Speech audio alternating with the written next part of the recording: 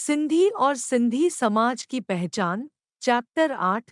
सिंध पर सिकंदर का आक्रमण 329 से 324 ईपू सालों तक ईरानी सेनाओं ने एथेंस और स्पार्टा पर हमला किया और उन्हें काफी कमजोर कर दिया। हालांकि एथेंस के पास काफी नौसैनिक शक्ति थी, लेकिन इसे प्रभावी उपयोग में नहीं लाया जा सका। फिलिप नामक मैसेडोनिया के एक राजा ने यूनानियों को हराया और लगातार हार का बदला लेने के लिए ईरानियों के साथ युद्ध छेड़ दिया।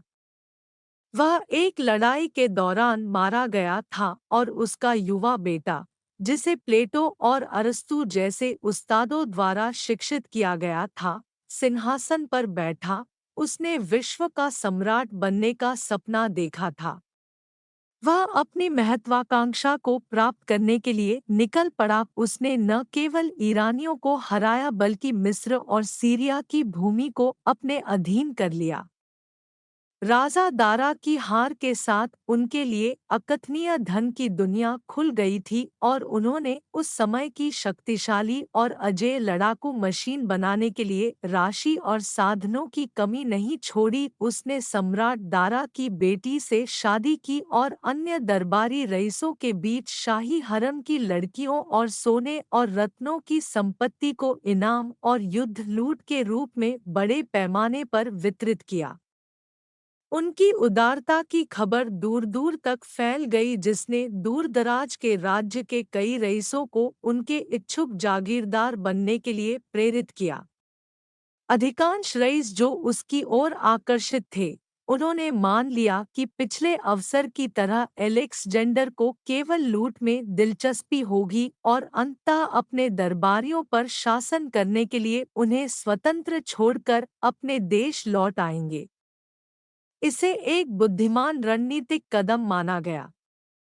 भारत में तक्षशिला, कंबुज, काठी, माली और शेवी के राजाओं ने बिना किसी लड़ाई के आत्मसमर्पण कर दिया, लेकिन सप्त सिंधु के राजा पोरस ने मुकाबला किया परंतु हार गए।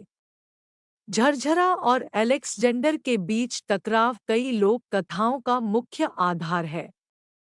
सिंध के सांबो ने एक एक इंच जमीन के लिए लड़े बिना ही अलेक्जेंडर को अपने कब्जे वाले क्षेत्र से गुजरने नहीं दिया और युद्ध में शहीद हो गए। यह वास्तव में विडंबना ही है कि साहस के ऐसे पराक्रम को सामान्य जन स्मृति में अपना उचित स्थान नहीं मिल पाता है और उसका नाम इतिहास की किताबों के कुछ पीले पन्नों में ही पाया जाता है। उल्लेखनीय है कि महाभारत काल में सिंध पर चंद्रवंशियों का शासन था। जब राजा जरासंध ने मथुरा में कृष्ण को हराया तो उन्होंने द्वारका में यादवों के राज्य की स्थापना की। कृष्ण की सातवीं रानी जाम्बवती ने सांबा नाम के एक पुत्र को जन्म दिया, जिसने मीनानगर शहर का नाम बदलकर सांबानगर कर दिया और इसे अपनी राजधानी बना लिया। उनका युग सिंधुसांबा के रूप में जाना जाता है। राजा सांब इसी वंश के थे। पाताल, देबल और सेवेस्टन के राजा सभी उसके जागीरदार थे और उसकी सहायक नदियां थीं। सिंध के बाद के राजाओं को जाम कहा जाता था क्योंकि वे अपने मातृ वंश को कृष्ण की रानी जम्बोती से जोड़ते हैं। एलेक्जेंडेरा समुद्री मार्ग से लौटना चाहता था और उसे उस उद्देश्य के लिए सिंध से होकर गुजरना पड़ा। इस फैसले की उन्हें भारी कीमत चुकानी पड़ी थी। इसके बाद हुई लड़ाई में कुछ इतिहासकारों के अनुसार राजा साम को कैद में पकड़ लिया गया और मार डाला गया और उसके सिर को सार्वजनिक रूप से प्रदर्शित किया गया। कुछ का कहना है कि वह युद्ध के मैदान में मारा गया था। राजा असदकारा का सामना करते हुए एक अन्य लड़ाई में एलेक्सजेंडर गंभीर रूप से घायल हो गया, जिसके परिणामस्वरूप एलेक्सजेंडर द्वारा युद्ध के 40,000 कैदियों को तुरंत मार दिया गया। पुष्कलावती किले ने 1 महीने से अधिक समय तक सिकंदर सेनाओं की घेराबंदी को बहादुरी से निभाया। तमाम बहादुरी के बावजूद इस बात से इनकार नहीं किया जा सकता है कि कुछ सिंधियों ने अपने लोभ के कारण अलेक्जेंडर को शामिल कर लिया और उसके मार्ग को सुगम बना दिया। आम तौर पर जहां भी अलेक्जेंडर की सेना जाती थी, उन्हें वीरान गांव और शहर मिलते थे और अक्सर पागल हाथियों को उनके बीच छोड़ दिया जाता था। आक्रमणकारियों ने इतना बड़ा जानवर पहले नहीं देखा था और उन्हें नियंत्रण में लाने के लिए हमलावर स्थानीय लोगों की मदद लेनी पड़ी, जिसकी कीमत चुकानी पड़ी। यह निश्चित रूप से कहा जा सकता है कि अलेक्जेंडर का सिंध का सफर आसान नहीं था, जैसा कि उन्होंने उम्मीद की थी। सांगली की लड़ाई में आक्रमणकारियों के हाथों 70,000 लोग मारे गए।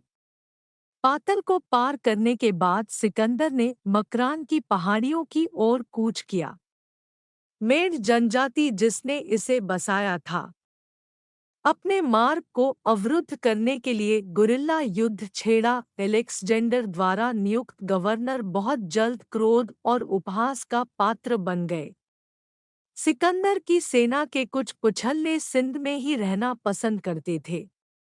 उनकी मृत्यु के बाद कुछ टर्नकोट रईसों ने स्वतंत्रता ग्रहण की। अलेक्जेंडर के आक्रमण के प्रभाव अभी भी भारत के इतिहास पर अंकित हैं।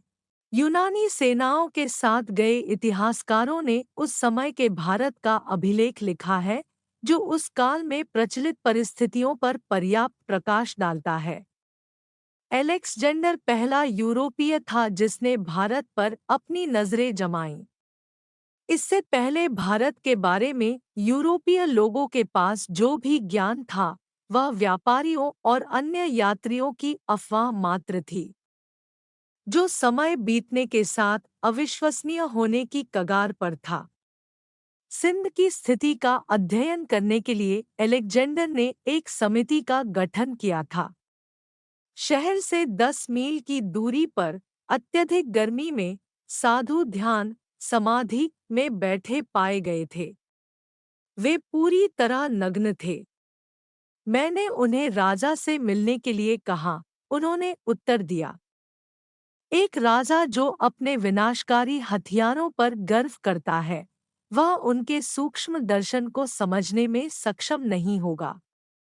समिति ने सोचा कि वे भाषा का जिक्र कर रहे हैं और उनसे कहा कि दुभाषियों को शामिल किया जाएगा। जिस पर उन्होंने उत्तर दिया, दुभाषिए हमारी दुनिया को नहीं समझ पाएंगे। उनके जैसे लोगों से बात करना धूल पर शुद्ध और साफ पानी डालना व्यर्थ होगा।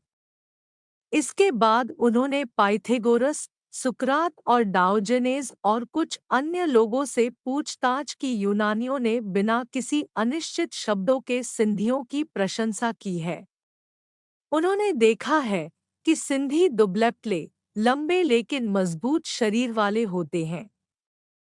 सिंध और मकरान के दक्षिण में वे काले रंग के हैं और उत्तर में वे मिस्रियों के समान गोरा रंग धारण करते हैं। सिंधी परिपक्व वृद्धावस्था तक जीवित रहते हैं। कुछ 130 वर्ष की आयु तक जीवित रहते हैं। इनका खानपान सादा होता है। सामान्यतः ये नशे से दूर रहते हैं, लेकिन विशेष अवसरों पर ये शराब का सेवन करते हैं, जो चावल से बनी होती है। एक ही सोने की थाली में पूरा परिवार एक साथ भोजन करता था।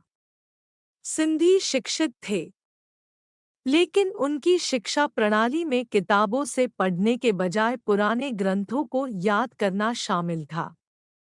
ये मुख्यतः कृषक थे।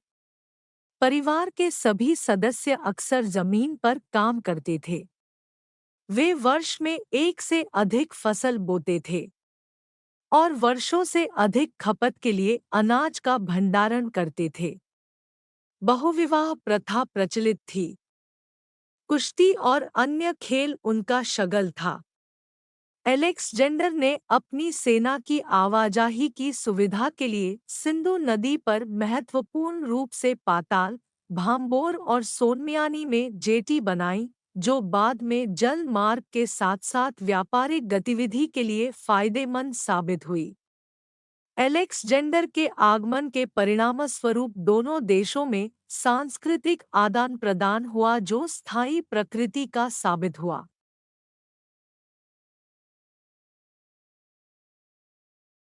धन्यवाद।